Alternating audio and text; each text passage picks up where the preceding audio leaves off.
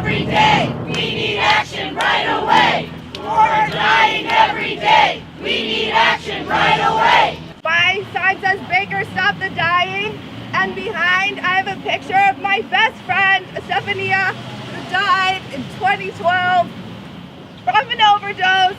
She was left alone in a car to sleep it off, and she would have been here with us today if she had the access and not fear of using alone. I've lost multiple friends to overdose, and I've certainly lost a lot of patients to overdose. And the fact of the matter is, these are preventable deaths. My grandson's mother died of an accidental overdose. Her 8-year-old brother found her on the bathroom floor.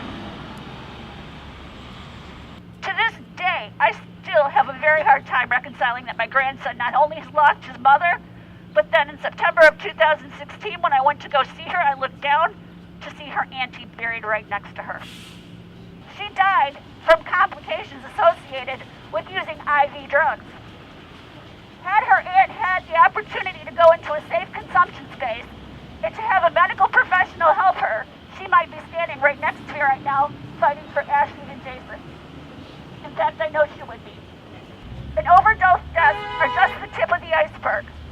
So many complications and interventions could take place in a safe consumption space. An abscess that needs more treatment, bringing someone to detox and treatment, helping a person transition from heroin to Suboxone. These facilities increase access to treatment. Governor Baker, please read your commission's report. Bring safe consumption spaces to Massachusetts and save these lives. And please do not forget about those of us that are left behind, dealing with the catastrophic consequences of what has happened. Thank you.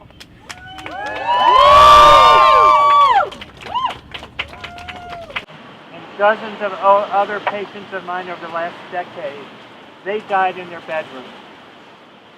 These patients all had their own individual stories, but they shared two things in common. The last time they used drugs, they used them alone in unsafe conditions. And they didn't want to die. And what we're saying here today to everyone is, they didn't have to die. Yes! I'm depressed and I'm angry and I'm frustrated. I'm tired of waiting. Safe consumption spaces exist all over the world, from Denmark to Norway to England to France to Germany to Australia to New Zealand. And they're all across Canada. They began in Vancouver and they're spreading to Edmonton and Montreal and Toronto. And they're doing that for a reason, because they work. They save lives. They prevent overdose deaths. They prevent HIV acquisition. They prevent acquisition of hepatitis C. They prevent endocarditis. We can't afford to wait any longer. Every day, 5 more people die. We cannot afford to wait. This has to happen. I lost my son Matt 5 years ago. In fact, the anniversary will be Wednesday of this week, April 10th. Insight in Vancouver has had safe injection sites for 15 years and have not had one death. Not one death. So I don't understand what Governor Baker's problem is. If you're going to have a chance and if people are breathing, you want them to come in so they can get help. That's your best chance of getting them into recovery, is having them in front of you and alive. Get them out of the back alleys. Get them out of being in the bathrooms at CVS and Dunkin' Donuts. You need to get them where they are safe. Safe, that's the key magic word. I've talked to some first responders. They picked up 3, 4, 5 people a day sometimes. What do you think that effect is on their emotional level? People aren't thinking about that, and Governor Baker ought to think about that. And what is the cost every time you send out the ambulance and the first responders to treat these people, and then they go to the emergency room? Another cost, because most of them don't have insurance. So it's time to have it. Time to have safe injection sites. Time to get people into recovery. Thank you. He died alone in his apartment, alone behind closed doors. He never wanted to die. He had plans and goals He was educated and talented, just like your children. But he relapsed one day, and he was ashamed of his addiction. Our society is burdened by stigma of addiction. In fact, addiction is a fatal but treatable and preventable disease. People with chronic illnesses are called patients, not criminals. That's right. If my son had an opportunity for a safe consumption site, he would probably be alive today. In the 90s, syringe exchanges were illegal, but because a public health emergency had been declared, you could have a suspension of that law. They established syringe exchanges, and lo and behold, history was borne out. Syringe exchanges have saved lives, they have reduced the infectious complications, and they've now spread across the country and across the world. Well, we're in the same place now. The public health emergency is here, but we have government, we have politicians dragging their feet. Hi everyone, my name is Cheryl Dwyer and I'm the founder of a nonprofit organization called Team Sharing. We're an organization of parents who have lost a child to addiction. This is my son Corey. He died February 24th, 2011 in a halfway house in a bathroom all alone. Back then, I never understood addiction. I knew he was doing pills, but I thought it was something he was going to outgrow. That he could stop on his own anytime he wanted to. And then he died of a heroin overdose. It was then that I became educated on the disease of addiction.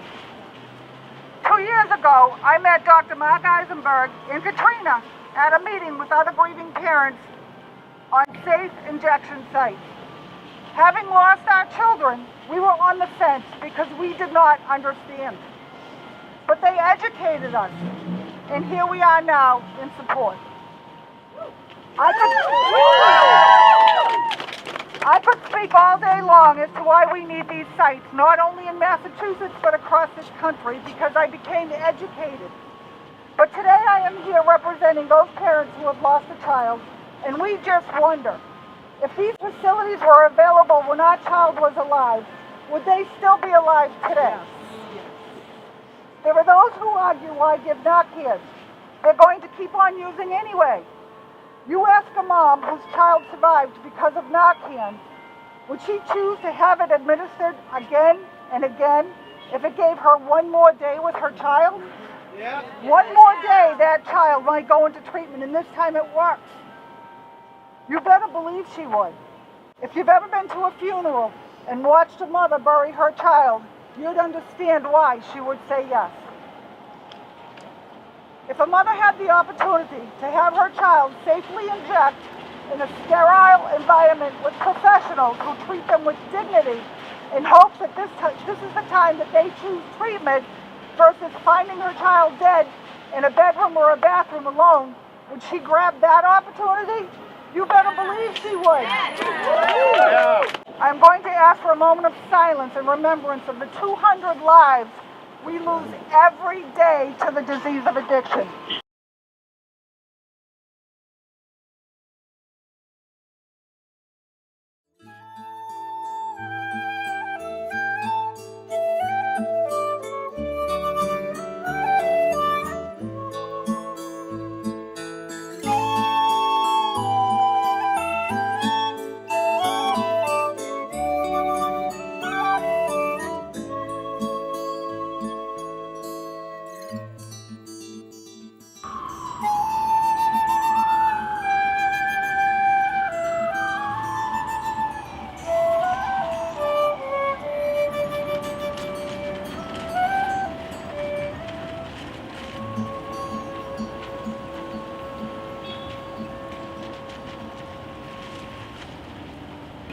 We need action right away.